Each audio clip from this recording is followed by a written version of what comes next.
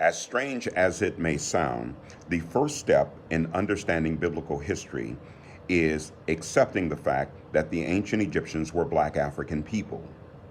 And while the liberal view today is that the ancient Egyptians were black, oh, yeah, I knew that. Deep down, people still don't believe that the ancient Egyptians are black African people. In spite of all of the archaeological evidence that the Egyptians are black African, we still insist on thinking and believing deep in our hearts that perhaps the ancient Egyptians really were not black.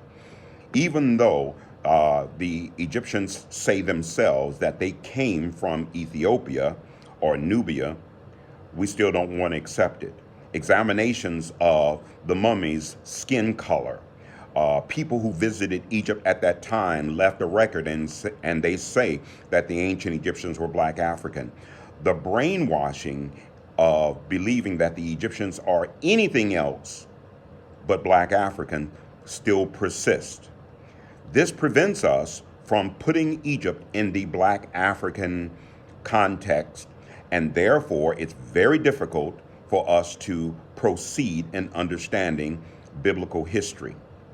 Once you put Egypt in the category of black Africa, this allows us to put Egypt into a black African ontological structure.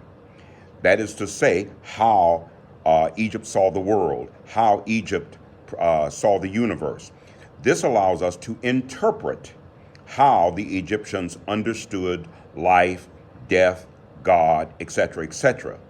Then, once we do that, then we will be able to understand why the Israelites, when they come out of Egypt, their culture is very, very African, very, very Egyptian.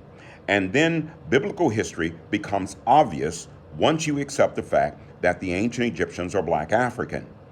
What Greece and Rome was to Europe, Nubia and Egypt was to Africa. What Africa is to biblical history is what we accept today as Christianity. This becomes a very, very important structure that we need to accept.